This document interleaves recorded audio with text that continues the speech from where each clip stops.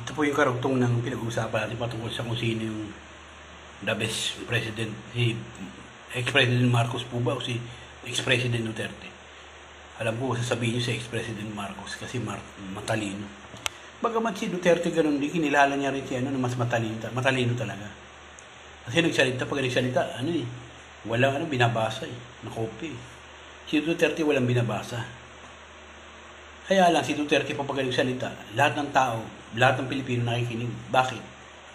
Mababaw lang eh. Hindi siya hindi siya malalim katulad ni Marcos, napakalalim. Sobrang talino niya, niya rin sa kanya hindi niya na maabot yung kanyang audience. Si Duterte naabot niya yung kanyang audience kaya na-enjoy yung pakikinig sa kanya, di ba? Maraming tao na-enjoy yung niya, tawa ng tawa. Na-enjoy, hindi siya nakaka-boring na pakinggan. Si ex-president Marcos, pag siya nagsasalita, napakalalim kaya yung mga tao tulog. Habang nakikinig sa kanya tutulog.